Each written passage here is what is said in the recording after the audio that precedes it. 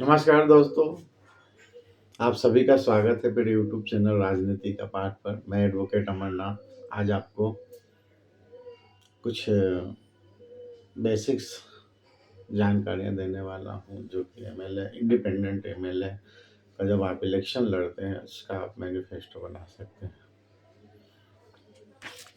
दोस्तों देखिए, सरकार की जो बेसिक जिम्मेदारियां होती है जो क्षेत्र में डेवलपमेंट करने की, वो है पानी की समस्या का समाधान करना, बिजली की समस्या का समाधान करना, रोड का निर्माण करना, स्वास्थ्य, शिक्षा, व्यापार, रोजगार का चीज़ों को मुहैया करवाना अपनी जनता के लिए। दोस्तों, मैनिफेस्टो कोई ऐसा चीज़ नहीं है जो आप गलत कमिटमेंट करो, नहीं। भले ही चुनाव हार जाना, लेकिन अब आने वाला जो टाइम है वो इसी में रिवॉल्यूशन होगा, पॉलिटिक्स में रिवॉल्यूशन होगा। आप देखिएगा आने वाला अगले 5 साल 10 साल में क्या है कि अभी तक कोई कुछ भी बोला जा रहा है, किसी भी ब्लेम लगा रहा है, अपन किसी पर्टिकुलर पार्टी को ना बोले। सारी पार्टियां, इन्होंने ये नहीं किया, इनने ये नहीं किया, इनकी सरकार ने ये किया, नहीं किया। आप अपना जो भी मैनिफेस्टो बना है वो पिछले 5 साल पिछले जीते हुए विधायक को कॉन्सेंट्रेट करके उसी पे फोकस करके मैनिफेस्टो बना है कि ये लास्ट विधायक इस पार्टी के थे, ये 2 बार के रिपीट हुए हो, मान लो विधायक जी 10 साल का जिनका टेन्योर हो गया हो कंप्लीट, तो मैक्सिमम 10 इयर्स और 5 इयर्स के पिछला 5 साल की बातें करें। और आने वाले 5 सालों में आप क्या कीजिएगा, बस ये नहीं कि 2050 में आप ये कर दीजिएगा, क्योंकि ये तो ऐसे भी एमएलए का ही इलेक्शन है। आपको तो अपनी राज्य के डेवलपमेंट के बारे में कॉन्सेंट्रेट करके पॉलिसियाँ बनाना पड़ेगी, उस पॉलिसी का एग्जीक्यूशन भी करवाना पड़ेगा। दोस्तों, ये मैनिफेस्टो में अननेसेसरी वैसा कोई कमिटमेंट मत करें जिससे कि आप फुलफिल ना कर पाए। क्यों? क्योंकि आप निर्दलीय चुनाव लड़ने जा रहे हैं, आप किसी पार्टी सिंबल पे नहीं हैं। ठीक है दोस्त, इसमें अगर आप ज़्यादा चतुराई कीजिएगा तो चतुराई चौपट कर देगी आपका। ज़्यादा ज्ञानी बनिएगा तो गोते लगाते के खाइएगा आप। कहावत भी है, चतुराई चौपट करे, ज्ञानी गोते खाए, भोले भालन लोगन को नारायण मिल जाए। आप जितना सहज सरल और सरल तरीके से रहेंगे, जनता के बीच में, जिनके बीच में जाएंगे, अपनी बात रखेंगे और उनको साफ बोलिएगा कि मुझे आपकी आज भी ज़रूरत है, और चूंकि चुनाव जीतने के बाद इससे ज़्यादा ज़रूरत पड़ने वाली है आप सभी के साथ है, चूंकि समस्याएं क्षेत्र की है।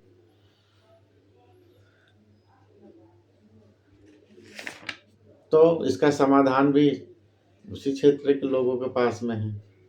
एक लोगों के समस्याएं नहीं है, चूंकि वहाँ पे रहने वाले सभी लोगों की समस्या है। तो मेरे साथ सभी को आवाज़ उठाना पड़ेगी। मैं आपका लीडर हूँ, आज भी हूँ, कल भी रहूँगा। अगर चुनाव जीतने आप जिताते हैं या हराते हैं, ये सेकेंडरी मैटर है।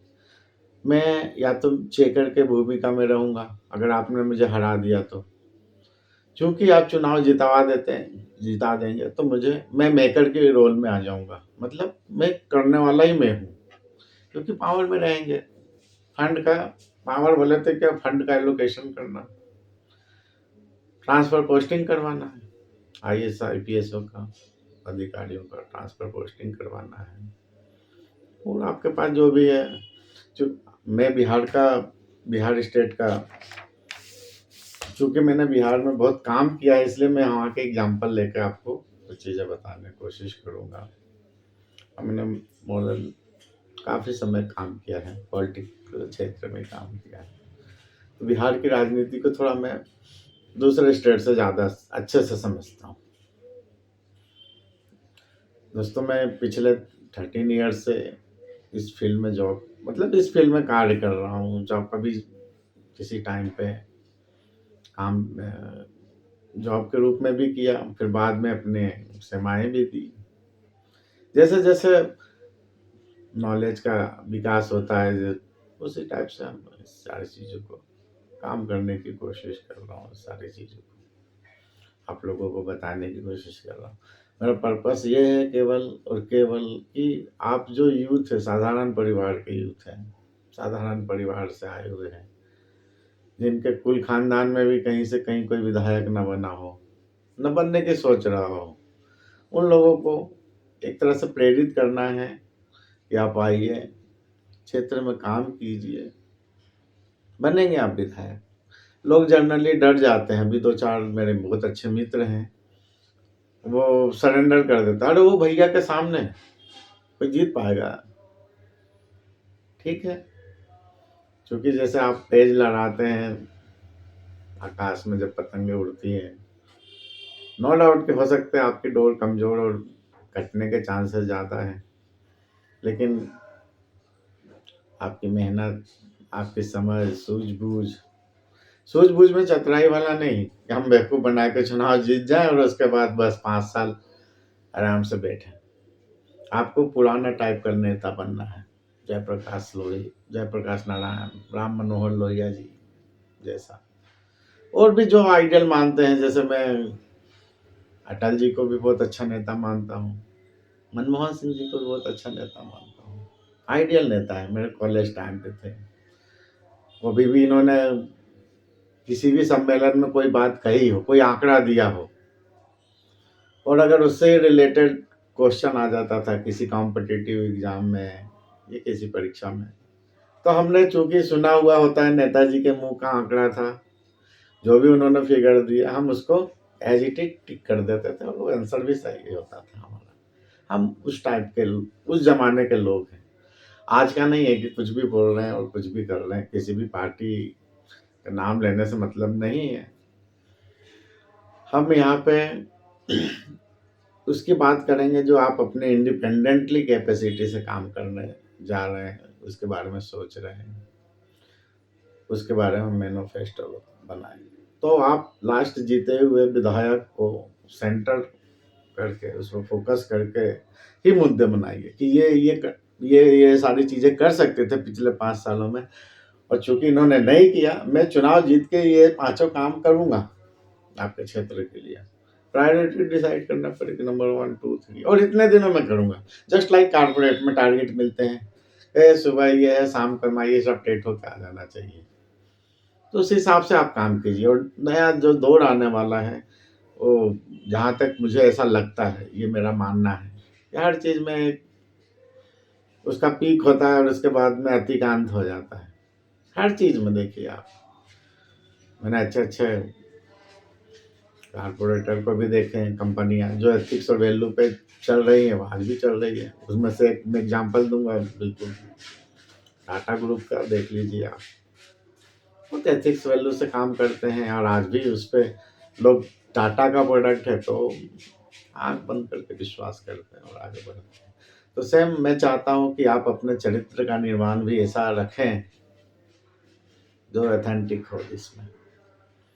क्योंकि आप इतिहास जब जनता के बीच में बताने जाइएगा तो किसका बताइएगा? दूसरे का कि अपने का? जनता किसमें इंटरेस्ट ले रहा है? चलिए मान लीजिए आप दूसरे का भी बता रहे हैं। जनता इंटरेस्ट किसमें लेगी? आप अपने में। आप क्या कर सकते हो? और आज की जो जनरेशन, जब मान लीजिए आप 2029 में, 2030 में चुनाव लड़ने जाइएगा, तो ये जन आपको इस टाइप के पढ़े लिखे लोगों के साथ, मतलब वोटर्स का ही फेस करना पड़ेगा, क्योंकि जो दौर होता है हर 7 साल में, 5 साल में चेंज हो जाता है। जनरेशन का एक बहुत बड़ा गैप हो जाता है। अब चूँकि जितने भी जनता आएगी आने वाले समय में, आप जितने भी वोटिंग के लिए जाएँगे, तो सब पढ़े लिखे ही लोग मिलेंगे आपको उसमें। ये जो थोड़ा-सा जड़त्व वाले लोग आपको कम ही मिलेंगे, क्योंकि उम्र के साथ उम्र हो जाती है। सबका दोस्त तो यही है, आए हो यहाँ अच्छा काम करो, समाज के लिए काम करो, अपने परिवार के लिए काम करो, और सबसे पहले अपने आप के लिए भी काम करो। कहते हैं कि आपने मनुष्य के घर में जन्म लिया है, मनुष्य योनि में जन्म लिया है, और अगर आप अपनी इच्छाओं की पूर्ति नहीं कर पाए तो आपका जीवन व्यर्थ है। ये सब शास्त्रों में लिखी हुई चीज़ें हैं, मैं कोई आपको नई चीज़ नहीं बता रहा हूँ। नमस्कार दोस्तों, मेरा ये वीडियो 10 मिनट से ज़्यादा का हो गया है, तो मैं आपको अगले वीडियो में और बातें हम इस बारे में करेंगे। ठीक है दोस्तों, नमस्कार।